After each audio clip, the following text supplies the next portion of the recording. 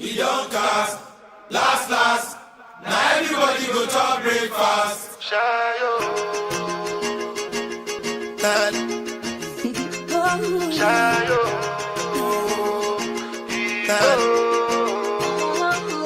You go bow for the result, though. Nothing to discuss, oh. Cause I did win by default. And without any doubt, oh.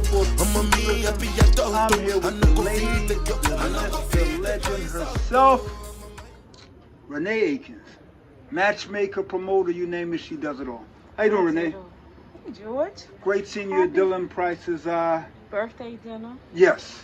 Thanks for having me Yep. on this interview. It's been a long time, George. It's been a long time, Renee. Yeah, it's been a long time. I think you've been matchmaking so long. I think Jack Johnson was heavyweight champ. I mean, the last time you compared me to, what's his name? James Brown. So, I done surpassed James Brown at this point. Yes. But talk to me about some of the interesting things and how you got into matchmaking and some of the interesting fighters you've worked with. Well, so I guess I can credit Nick Tiberi. Nick Tiberi, the man. For the matchmaking part. Yes. And I don't know if I should thank him or kill him. Nick's a great guy. Yeah, Nick is great. But this, especially since 2020, the whole game has shifted. Yes. You know, it's just different. It's just a different world. The opponent pool is not as prominent as it was, you know, before COVID. And, you know, and then after COVID, everything. The cost of living, everything became expensive. And so that goes along with matchmaking and trying to find the right opponents and trying to get the, you know, the right price. Nobody wants to fight for free or, you know, the prices that we used to. So it has become a challenge, but I mean, you know, at the end of the day, you just try to get the job done and you know, and you do the best you can. A lot of people who are not intimate with boxing, they don't understand or know the importance of a matchmaker. They just see the fights. They don't know it. Someone had to get those two people together, the negotiations, the back and forth. Talk to me about the promoters you work with and how you make such great matches. I always say that matchmaking is a thankless job. Because you know you put in a lot of time and effort just trying to make the right fights, and what happens is someone will come to an event and say, wow, that was the best show, but they really have no clue to the dynamics of what it took to get to that point. And you know, it's a lot of time, it's a lot of work. Presently, I am working with Danny Garcia. With his promotion, and also Brian Cohen's wife, who is Emmy nominated for her acting. She has started a new promotion. Cohen, capital K-O-H-E-N, and they do their first show September 28th at 2300. So I'm working with them as well, and I also have been helping James Bartley, who used to be Smoke Promotion. Smoke Promotions. Shout out to James Bartley. Yeah, shout out to James. He's a great guy. And I've been helping him with his show as well. So I'm staying busy. Like, you know. I remember a show you did a while back. Was it with Teflon Promotion? Yeah, I did a show. That was a really great show. I did the show with Teflon Promotions. No longer working with Teflon Promotions. You know, in this business, you have to pick and choose your battles. And you know, everybody is not meant to be for everybody. So, you know, I have no hard feelings or any malice towards anyone. I just know that when I need to step away, it's time to step away and move on to my next chapter. And so my next chapter has me at peace. And that's what I look for, because doing this job is stressful enough. And being appreciated for this job is even more so. You know, people don't know the dynamics of what you do, but they don't appreciate the dynamics and the hard work that you put in. Right. And matchmakers, you know, never get the recognition of what it is that Nick doesn't, you know, any matchmakers that are licensed to be matchmakers don't, they rarely get, and I'm saying licensed matchmakers, not people that are feeding off of the fighters, but licensed matchmakers rarely get the recognition that they deserve for the work that they put in to make a show successful, especially having a great show.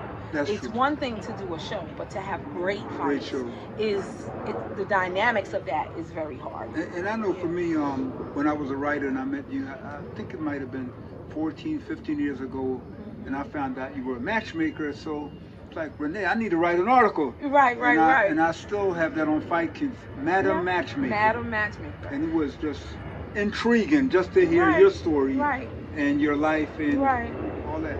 And I've come, listen, my son was running around 5 years old. He'll be 23 in November, and you know, it's, you take away from your family when you're in this business. And so you have to learn how to balance out. You know, in the beginning, when you first interviewed me, I was all over the country. Like, it was nothing for me to be in Ohio. It was nothing for me to be in North Carolina. James Hogan was moving his fighters at that time. And now he's a promoter and promoting. And I'm also helping him as well. You know, but you have to draw a line. You know, because once Christian got a certain age, I couldn't be running around the country doing that, because I needed to focus on him, his grades, making sure that he had what it was that he needed, you know, growing up. So, you know, you make a lot of sacrifices in this business, and people just don't understand that. You know, they really don't understand that. That was one of the wonderful points that we all look forward to seeing Kristen at the fights. Especially hopping up in the ring with the ring card ladies.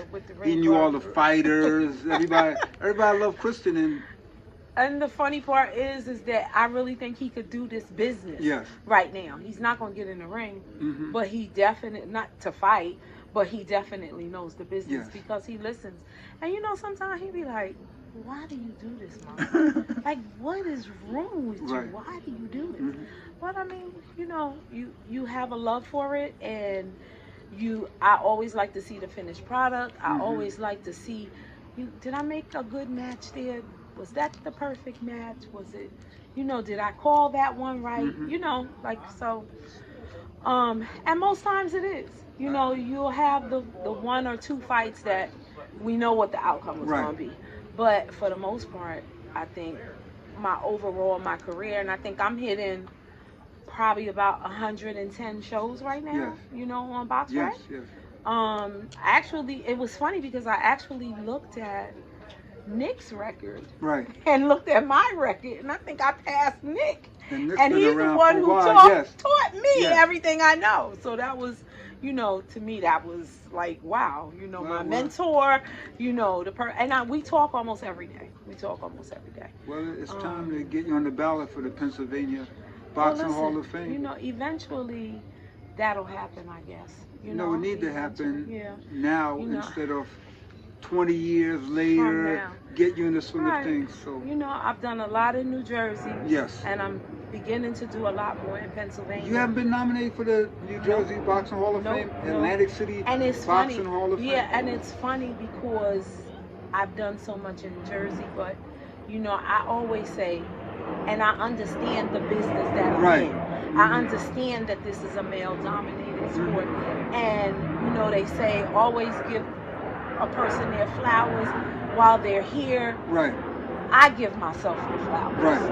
I don't have to be validated by anyone on what I can and cannot do.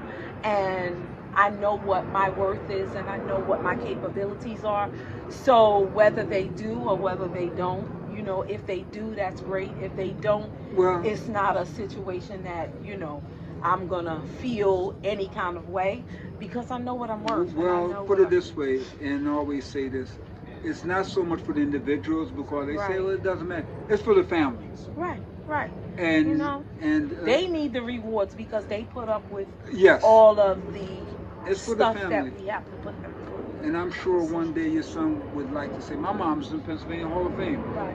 Right. Your grandkids, great Right. grandkids. Right. So let me go on record. I'm nominating you Well, for the upcoming years. I appreciate that. So let's talk about the greatest. I know it's a lot, but the gratifying feeling you get from matchmaking. Let's talk about that. When I was at the Teflon show. It was a great show. Yeah. And like, oh, this was really nice. Right. You know, it's like when I didn't know much about Andrew Tabiti or Nikita. Yes. I didn't really know too Bobby, much. white chocolate. But, you know, I knew he was with Mayweather at one time. I knew that Nikita was with Matchroom. But, you know, Matchroom and Mayweather, they have their own promoters. Right. And matchmakers. So you don't tend to have the opportunities to work with those companies as much.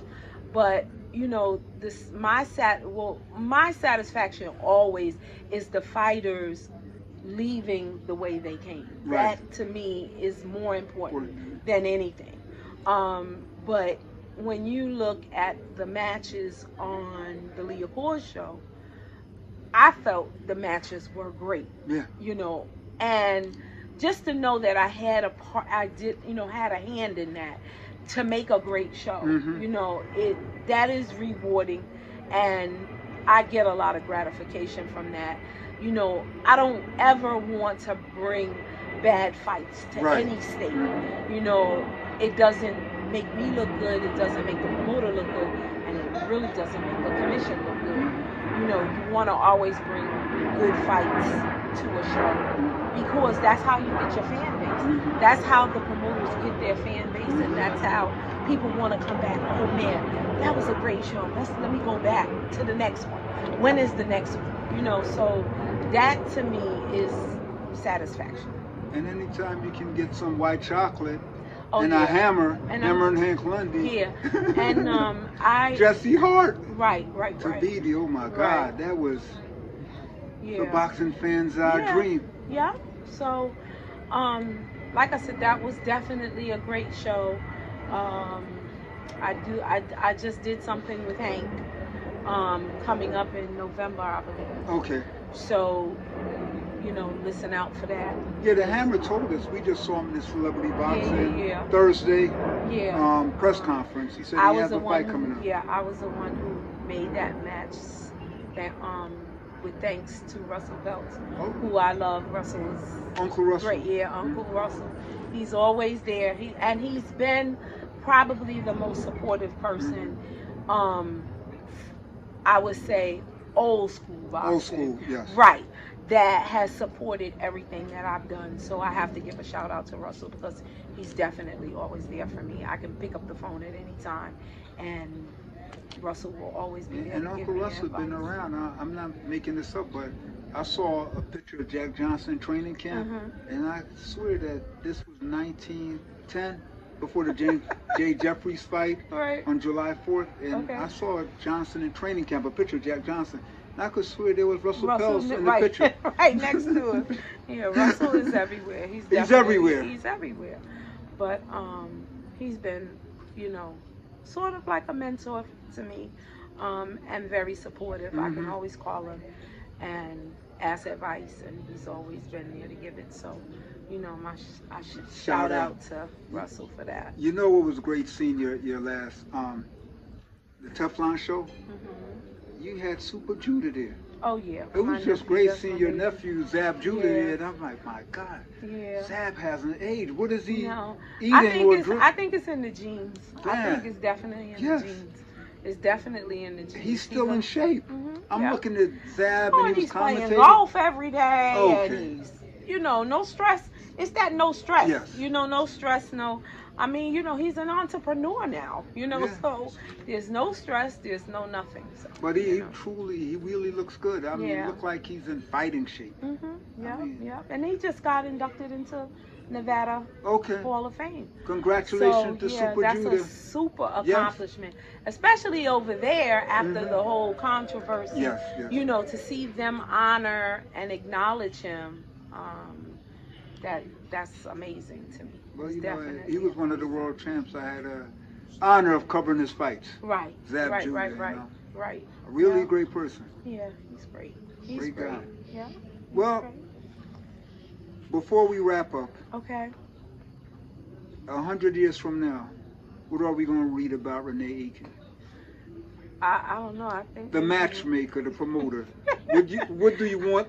I mean, you've inspired a whole generation Yeah. of I young just- fighters, young women, young people. Right. And I think that's mostly my thing. It's not mostly the fighters, it's not mostly the young men, but you know, I would love to see more women involved in this business, you know, and get the opportunities that I got when I came on, you know, because like I said, male dominated sport, you know, there's not open arms for women in this business, but I think that if you have the right drive and if you have, you know, the right goals, I think the opportunity is there. And you know, I just, even for women fighters, I think that we need to have more of that. Yes. You know, like we need to have more of that. It needs to be a lot more balanced out Yes. than it is now, you know. So 100 years from now, I'd like to be known for trailblazing And women in boxing. And you know, I got to share this with you. I wrote a treatment or proposal for a film or documentary that I want to get done, and I'm going to share it with our good friend Terrence Hakeem. Okay. It's called Madam Matchmaker, the Renee Aiken story. If we can get funding, we're going to put that on the big screen. Wow. So it's called Madam Matchmaker. The Renee Aikens, and I'm sure Zab and everybody want to get involved. Listen, that would be amazing. Renee's going to get done. But listen, I don't put anything past our friend Terrence Hakeem, yes. Okay? He makes it happen. Shout out to Terrence. Shout out to Terrence. He definitely makes it happen. And you know, George, I can tell you, like, if nothing else from this business, I Yes. met some really positive people just networking with you, networking with other people. We've been able to meet Right. positive people, because not everybody in boxing is, you know, off their rocker, but we've been able to meet, you know, I think the best introduction that you have introduced me to Terrence, and a day don't go by that we don't talk now. Like that's my guy. Like, you know, and I want to see him be successful. You know, he's involved Christian in some stuff. He's involved me in some stuff. And it's just amazing how, you know, just from one relationship, Right. this, Yes. you know, and so that is more rewarding than anything. But you know, it's my goal. I believe when it's two things I love: books and movies. Right. Right. And when we're all going to the upper sky with Jack Johnson, Muhammad Ali, I would love to see the next generation reading a book or Right. seeing a documentary, Madam Matchmaker. Well, So, Terrence, we got to make it happen. So Right, that's and all I can if say. you have anything to do with it, I know it's going to happen. Well, I know it's going to happen. I appreciate you. You know that. Yep. Well, we're wrapping up. This is always my standard question. What do you have to say to all the young people who have a dream?